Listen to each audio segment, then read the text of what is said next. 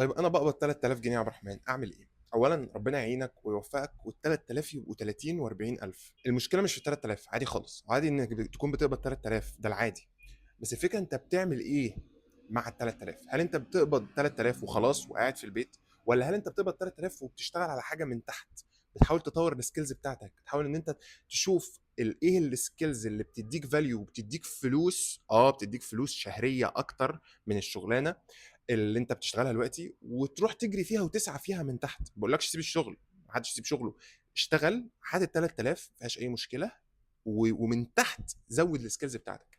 يعني مثلًا أنا أهو علاج طبيعي، أصلًا علاج طبيعي، وكنت باشتغل 3D modeling، وكنت باخد في الدقيقة بال1000 في دقيقة، أنا في دقيقة بياخد مني شغل 3 أو 4 أيام، بس في الدقيقة كنت باكسر ال1000 من سنتين.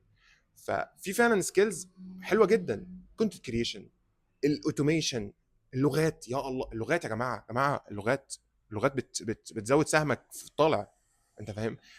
وما تقوليش أنا مش باعرف أتعلم لغة، كلنا بنعرف نتعلم لغات من أصعبها لأسهلها. دي مش عيب خلقي فينا، عادي إحنا ممكن نتعلم لغة بإن إحنا نتعب ونشتغل عليها كل يوم.